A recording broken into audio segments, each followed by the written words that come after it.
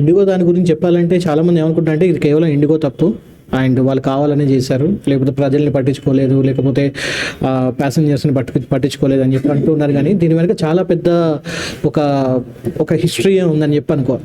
అంటే 2 సంవత్సరాల క్రితమే డీజీసీ ఏమని చెప్పిందంటే పైలట్లు తక్కువగా ఉన్నారు, పైలట్లను పెంచుకోవాలి, అలాగే పైలట్ల మీద ఉన్న పని భారాన్ని తగ్గించాలి. ఇంతకుముందు 36 గంటలు, వారంలో 36 గంటలు రెస్ట్ ఇచ్చేవాళ్ళు, దాని ఇప్పుడు 48 గంటలకి ఇవ్వాలి, అంటే 2 రోజుల లీవ్ ఇచ్చేయాలి అని చెప్పి అన్నారు. అయితే దీనికి సంబంధించి 2 సంవత్సరాలు టైం ఇచ్చారు. ఈ 2 సంవత్సరాల టైంని ఇండిగో సంస్థ ఎందుకు ఉపయోగించుకోలేదు అనేది ఇప్పుడు అందరికీ ఫస్ట్ ఒక డౌట్ ఉంది. ప్రస్తుతం మన భారతదేశంలో 8,000 మంది పైలట్లు మాత్రమే ఉన్నారు, అందులో యాక్టివ్గా 5,000 మంది మాత్రమే ఉన్నారు. ఇప్పుడున్న ప్రజెంట్ కండిషన్లో ఆల్రెడీ ఒక 1,000-1,500 కొత్త ఎయిర్ క్రాఫ్ట్స్ని కూడా మన వాళ్ళు ఆర్డర్ చేయడం జరిగింది. దీనికి సంబంధించి మొత్తం మీద 30,000కి పైగా పైలట్లు ఇప్పుడు మనకు అవసరం ఉంది. ఈ షార్టేజ్ని క్లియర్ చేయాలి, ఇది క్లియర్ అవ్వలేదు. అండ్ ఇక్కడ మరి ఎందుకు కాలయాపన చేసింది మన ఇండిగో సంస్థ అంటే వాళ్ళు ఏమంటున్నారంటే మాకు ఇంకొక 2 సంవత్సరాలు టైం పడుతుంది ఇది అవ్వడానికి, ఈ సమయం సరిపోదు, మీరు మాకు పూర్తిగా 4 సంవత్సరాలు ఇవ్వాల్సింది, మీరు 2 సంవత్సరాలు ఇచ్చారు అని చెప్పి అంటున్నారు. దీనివల్ల ఒక కాన్ఫ్లిక్ట్ వచ్చింది. మరి ఇది కావాలనుకునే చేశారా, లేకపోతే దీనికి గల రీజన్ ఏంటో తెలియదు. కానీ కరెక్ట్గా పుతిన్ వచ్చిన టైంలోనే మొత్తం భారతదేశ వ్యాప్తంగా మొత్తం ఆగిపోయాయి. మన నవంబర్ నెలలోనే 12,000కి పైగా ఇది ఫ్లైట్స్ అనేది మొత్తానికి ఎక్కడెక్కడ క్యాన్సిల్ అయిపోయాయి. సో దీనివల్ల మన దేశవ్యాప్తంగా మన దేశీయులే కాకుండా విదేశాల నుంచి వచ్చిన ప్రయాణికులు కూడా చాలామంది వాళ్ళ ఫ్లైట్స్ మిస్ అయ్యారు, వాళ్ళు చాలా లాసెస్లో పడ్డారు. సో దీని గురించే ఇప్పుడు డీజీసీ కూడా ఏముందంటే సరే మీకు ఒక 2 నెలల వెసులుబాటు కల్పిస్తున్నా, ఈ లోపలే సెట్ చేసుకోండి అన్నప్పటికీ కూడా ఇది కొంచెం ప్రాబ్లమేటిక్గానే కనిపిస్తుంది. ప్రస్తుతం మన భారతదేశంలో మొత్తం మీద 750 పైచలకు ఫ్లైట్స్, డొమెస్టిక్ ఫ్లైట్స్ ఇవన్నీ తిరుగుతున్నాయి.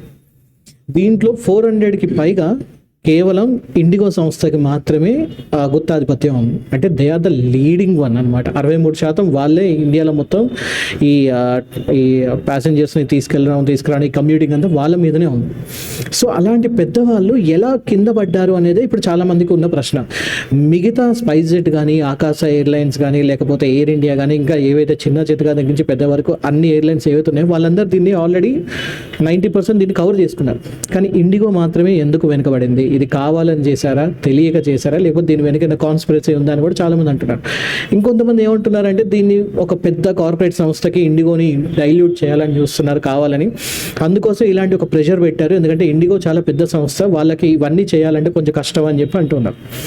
ఇవి పక్కన పెడితే నేను ఒక కస్టమర్గా, అంటే నేను ఒక ప్యాసింజర్గా, నేను కూడా ఇండిగోలో చాలాసార్లు 10ల సంఖ్యలో నేను కూడా ట్రావెల్ చేయడం జరిగింది. వాళ్ళు ఎలా ఉంటుందంటే ప్రతి నిమిషాన్ని వాళ్ళు మనీలాగా చూస్తారు.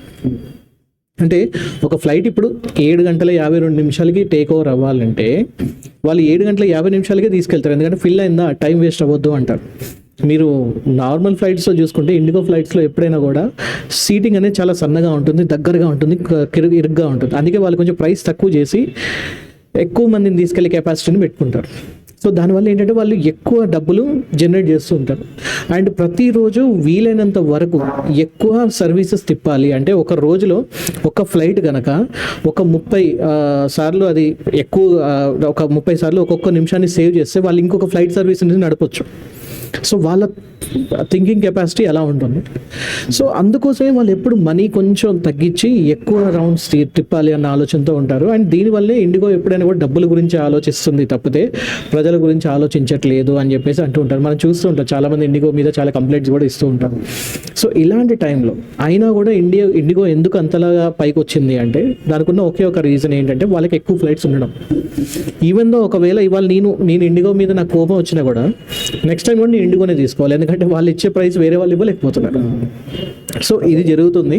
డీజీసీఏ ప్రస్తుతానికి ఏమంటుందంటే మీకు ఇవ్వాల్సిన అవకాశం ఇచ్చాం, 2 నెలల్లో మీరు దీన్ని సెట్ చేసుకోవాలి అంటున్నారు. దాంతో పాటుగా ప్రస్తుతం ఎంతమందికి అయితే ఈ ఫ్లైట్ టికెట్స్ ఎవరైతే బుక్ చేసుకున్నారో, ఇబ్బందులు పాల్పడ్డారో వాళ్ళందరికీ వాళ్ళ ఫ్లైట్ టికెట్ డబ్బులు రిటర్న్ ఇచ్చేయండి అన్నారు. అయితే ఇక్కడ క్యాన్సిలేషన్ ఫీ అనేది చేసి మరీ వాళ్ళు డబ్బులు రిటర్న్ ఇస్తున్నారు. అంటే ఒక 10%, 15% అక్కడ కట్ అవుతుందని కూడా చాలామంది ఇప్పటికీ ట్విట్టర్లో దాని కంప్లైంట్ కూడా రేజ్ చేస్తున్నారు. లగేజ్ విషయంలో కూడా కొంచెం అటు ఇటు అయిందని కూడా చాలామంది అంటూ ఉన్నారు. సో ఇది ఒకటి రెండు చిన్న చిన్న చితగా విషయం అయితే కాదు, ఇది చాలా పెద్ద విషయం. కొన్ని లక్షలలో కొంతమంది లగేజ్ కానీ వాళ్ళ టికెట్స్ కానీ ఇవన్నీ ఇవ్వాలి. దగ్గర దగ్గర 600 పైచిలకు కోట్ల డబ్బులు ఇప్పుడు రిటర్న్ ఇవ్వాల్సి ఉంది ఇండిగోకి. సో ఇది తప్పకుండా వాళ్ళ స్టాక్ మార్కెట్ మీద వాళ్ళకి దెబ్బ పడుతుంది. వాళ్ళ ఇప్పుడు ఉన్న వాళ్ళకున్న ట్రేడ్ వాళ్ళకున్న ఇప్పుడు ఏదైతే వాళ్ళ క్రెడిబిలిటీ ఉందో అది కూడా దాని మీద దెబ్బ పడుతుంది. ఇప్పుడు రానున్న రోజుల్లో ఇంకా 2 రోజులలో ఈ ఫ్లైట్ టికెట్స్ అనేది ఇష్యూ క్లియర్ అవ్వాలి. ఎప్పటికప్పుడు ఇప్పుడున్న ఫ్లైట్స్ అన్నీ కూడా మళ్ళీ రన్ అవ్వడం మొదలు పెట్టాలి అన్నారు. కానీ ఇక్కడ ఒక విషయం మనం చాలా జాగ్రత్తగా అబ్జర్వ్ చేయాలి. ఇప్పుడు వస్తున్నది వింటర్. ఈ వింటర్లో ఎప్పుడైనా కూడా మనకి అంతగా క్లియర్గా కనబడవు మనకి రన్వేస్ కానీ ఇవన్నీ. అండ్ మోర్ ఓవర్ ఎక్కువ పని భారం కనుక వాళ్ళ మీద పెడితే, పైలట్ల మీద పెడితే అది తప్పకుండా అది ఇష్యూ అవుతుంది. మన బయట కంట్రీస్లో తీసుకుంటే ఒక పైలట్ అతను తప్పకుండా ఒక ఎయిర్ క్రాఫ్ట్ నడపాలంటే అతను ఇన్ని వందల గంటలు లేకపోతే ఇన్ని వేల గంటలు డ్రైవ్ చేశాను, ఫ్లైట్ని నడిపిన ఒక హిస్టరీ ఉండాలి, ఎక్స్పీరియన్స్ ఉండాలి, ఫ్లైట్ అవర్స్ అంటారు దాన్ని. దాంతోపాటుగా అతనికి రెస్ట్ అనేది కూడా చాలా ముఖ్యం. ఒక పైలట్ కనుక 12 గంటల కన్నా తక్కువ నిద్రపోయి ఉంటే అతని నిద్ర టైమింగ్స్ కూడా చాలా కంట్రీస్ కౌంట్ చేస్తాయి. దాంతోపాటు అతను నిద్రావస్థలో ఉన్నా లేకపోతే అతను ఒక రోజు అంతకు ముందు రోజు రాత్రి విపరీతంగా మందు దాగి వచ్చినా అతని దగ్గర ఆల్కహాల్ పర్సంటేజ్ ఏమన్నా తెలిసినా కూడా వెంటనే అతన్ని సస్పెండ్ చేసేస్తారు, లేకపోతే డిస్మిస్ చేస్తారు. అంత సీరియస్గా ఉంటాయి. ఎందుకంటే పైలట్లు ఎప్పుడు కూడా ఆటో పైలట్లో నడిపించినా కూడా వాళ్ళు 24 అవర్స్ వాళ్ళు చాలా జాగ్రత్తగా ఉండాలి. చిన్న చిన్న మిస్టేక్ కూడా చాలా మంది చనిపోతూ ఉంటారు. కాబట్టి వాళ్ళ నిద్ర అనేది వాళ్ళకి చాలా అవసరం, వాళ్ళకి రెస్ట్ అనేది చాలా అవసరం. ఇది మాత్రం అందరూ గుర్తుపెట్టుకోవాలి.